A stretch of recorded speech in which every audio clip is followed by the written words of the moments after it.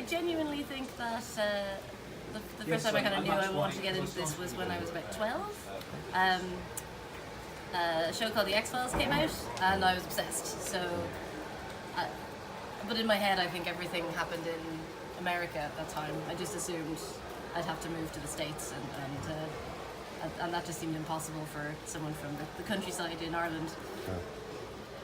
I was always interested in quite weird stuff, and me and my sister were quite close in age, and our parents got a little video camera. We were always making like really silly short films and like, you know, recreating Star Trek, and actually I was obsessed with Star Trek Next Generation as well as X-Files.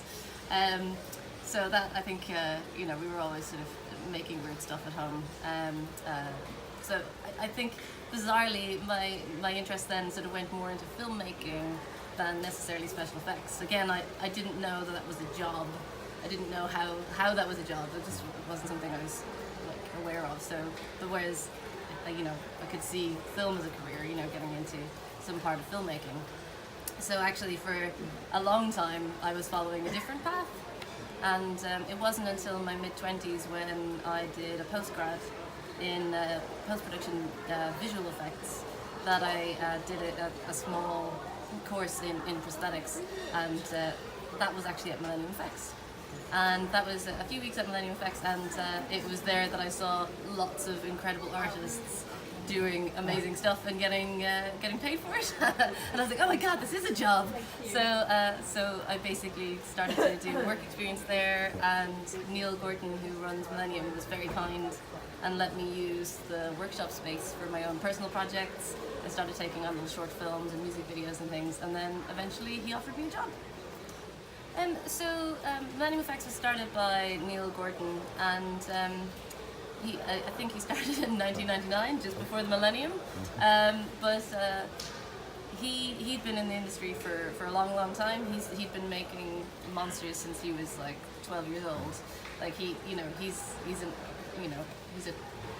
absolute genius, and has always been doing this stuff since he was like really small, and so he's such a massive talent. And yeah, he set up. He had lots of prosthetics companies through the years, but he set up Millennium FX in 1999. Later on, he brought in Rob Mayer, who's managing director of Millennium, and then he took me on in 2007. So yes, that's the history of Millennium FX, really. Yeah, there's I think there's like 15 full-time staff at the company, but we take on freelance artists all the time. We work with some amazing freelance artists, and there could be up to 50 freelance artists working with us, so you can get really busy, and there's lots of fun, amazing things happening in the company. How Millennium works is that we take on often not just one project, but we'll have maybe up to 12 projects running at one time, and it's just the most fantastic job for someone with attention deficit disorder, because you could be, you know, doing a medical model in 1 hour, and then the next thing you're talking about a Loch Ness monster, and the next thing you're talking about a werewolf. You know, it's like it's amazing. It's so much fun. So this is a particularly tough question to answer at a Doctor Who convention, but no, I hadn't seen an episode of Doctor Who before I moved to the UK. So yeah, and I moved to the UK in 2006. So yeah, I think I was 24, 25 before I watched the episode. But now, you know, I mean, I've worked on, probably close to 70 or more episodes, and you know, that's, you know, a phenomenal amount of work. But I do remember when I was starting at Millennium FX and being given scripts to read, you know, written by like Russell T Davies, and you know, this is just amazing stuff. I was just immediately in love. Millennium as companies worked on like pretty like 90% of the practical creatures you see on screen, but for me, definitely being involved in the Nightmare and Silver Cybermen, and then again the Mondasian Cybermen, I'm incredibly proud of that. When we did the Mondasian Cybermen, it was a very tight, short build, and we had to make 8 of them. But also, while we were making 8 of them, we were also fixing up all of the Nightmare and Silver Cybermen, and then also we were fixing up the Cybus Industries Cybermen. And on the first day we brought out the Mondasians, we had 6 of the Nightmare in Silver is, I think, 4 of the Russell T Davies era, and then 8 Mendacians, and it was all there, all at once. It was the best day. I mean, it was incredible. Everything goes smoothly all of the time. Nothing ever goes wrong. No, I'm joking. I think the most notable thing that I can think of is when we built the Scovox Blitzer. Again, everything's quite tight, and so you're making things in quite a rush, and you're working late, and you're working at the weekends and everything to get things done.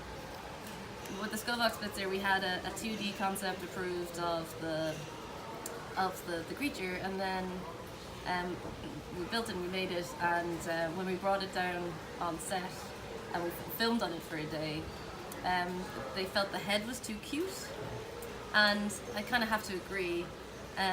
You know, when you're working off a 2D image, it's sometimes tricky to interpret how that will exist in 3D, and I think we got that one wrong, and so they sent back the Scovox Blitzer to us, and we had to rebuild the head. But yeah, that was one that went wrong, definitely. Oh. Yeah, poor Scovox. Yeah, I mean, I think, you know, it is a really tough industry to get into, and you know, certainly being visible is really important. You know, having a good Instagram, but like, you know, doing personal projects and really pushing yourself to learn. I mean, all of us learn. I'm still learning. All of even you know, even Neil Gorton's still learning. You know, it's really important to constantly be learning and teaching yourself things. But I think if you're going to be doing personal projects, try and find a friend to do it on. There's a big and, you know, incredibly creative pool of people doing sort of face painting, beautiful face painting online, where they're doing their faces like that. But to be honest, that's not really very useful for us in our industry. So, you know, because we're always sticking on someone else, you know, we're behind the scenes. I think that's really important to know that, you know, it's not a really glamorous job. So, you know, find friends, stick some rubber on their face, and just take photographs of it, and, you know, be creative and constantly just push and learn. Nowadays, I mean, like, it's always been the case that, you know, you sign non-disclosures and you can't talk about things, and you have confidentiality contracts. And now it's much more serious than ever before, because there's so many like hacking scandals and, you know, people getting into emails, and like, you know, it's now become, you know, more strict than ever. And yeah, I have projects that I've worked on where I've not even been told the name of the film or told the name of the TV show, because it's so secret. So unfortunately I can't say anything. Nothing at all. So annoying. It's really frustrating, because you can be really stressed at work, and you know, working on lots of different projects, and you get home at the end of the day and you like talk to your family or your friends, and they're like, so, you know, what's going on at work? Why are you so stressed out? And you can't say. So you know, it's a privilege as well to be involved in all these things and to have all those secrets, but also it's a burden in that you can't talk about it for, you know, until the thing comes out. So, you know, when we work on a project, it could be 3 months, 6 months, a year, 2 years before the thing finishes. So it might be a while before I can answer that question.